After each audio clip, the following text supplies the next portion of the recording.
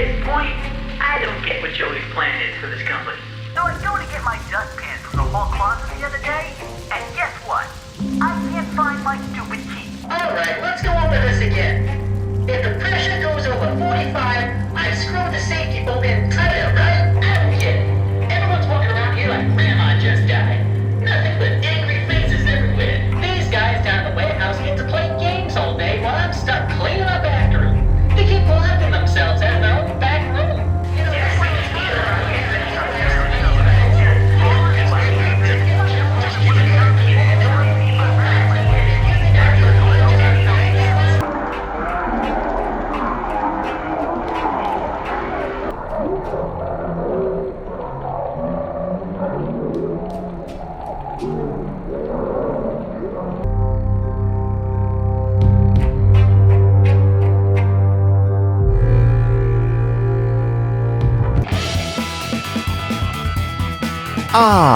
Wally Franks.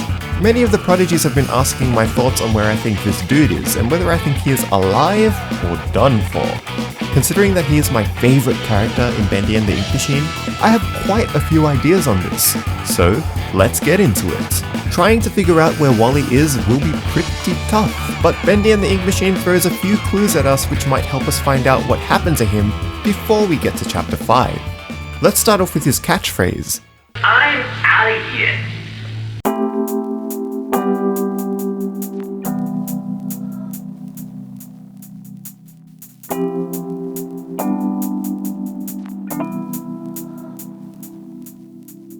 This is a quirky line that Wally says at the end of most of his audio recordings, and beside it being a charming and catchy thing that he says, it might just hint towards him getting out of there. For Wally to be tolerant of things such as his boss slowly ruining his workplace just for a paycheck or two takes a lot of willpower. However, when the studio began spawning vicious cartoon creatures, it may just have been the final straw. This isn't even counting the fact that in chapter 2, his audio tape mentions that if Sammy were to find out that he lost his keys another time, he'd be out of there. And well, we all know how that ended up. As a clue to find those very keys. Yikes. But ProdCharles, what happened to Wally Franks being Boris? Whoa. Just hold on a sec.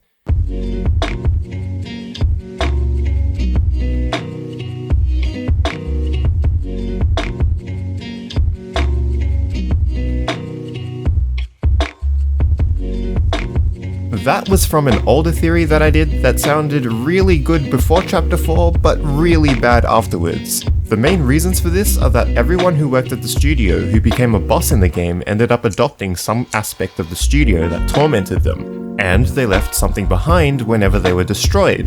On the other hand, other regular enemies that we come across just disappear. Since Boris ended up being mutated by Alice and forced to fight against us in chapter 4, we were able to see that he was melted out of existence. And yes, that is the same Boris, since if we give Boris a bone in chapter 3, he has the very same bone in chapter 4. If you play through the game without giving him the bone, he ends up without it at the end of chapter 4. Now that being said, you might question whether the Borises and Butcher Gang members that Imperfect Alice killed were proper workers or not, and I would say... no. NANI?! お前はもう死んでいる。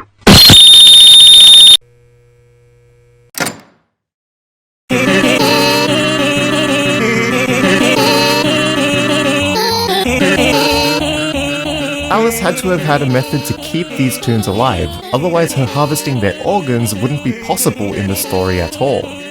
Look, I know Boris being Wally was really popular and many of the prodigies still hold on to it, but for me, whether it ends up happening or not, this theory's ship has sailed.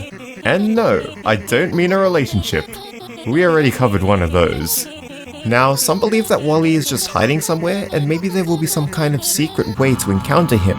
I think that this is a pretty cool idea, since it takes us back to his catchphrase, I'm out of here.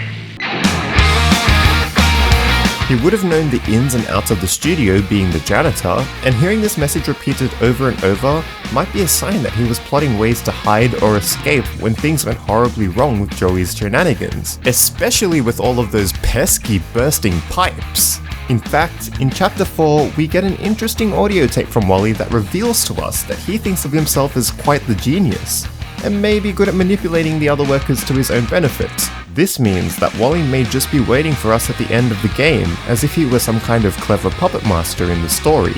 Then again, we have tapes from not only Lacey Benton, but also another one involving Thomas Connor and Wally Franks, which all reveal that Wally was probably somewhat of a bonehead when it comes to his everyday duties. So instead of a display of genius, maybe Wally is just showing that he is lazy, but good with his negotiating skills. Besides this, I've even seen some comments go so far to say that Wally might be bendy, because he is getting his vengeance on his fellow employees, but I personally don't see any evidence of this.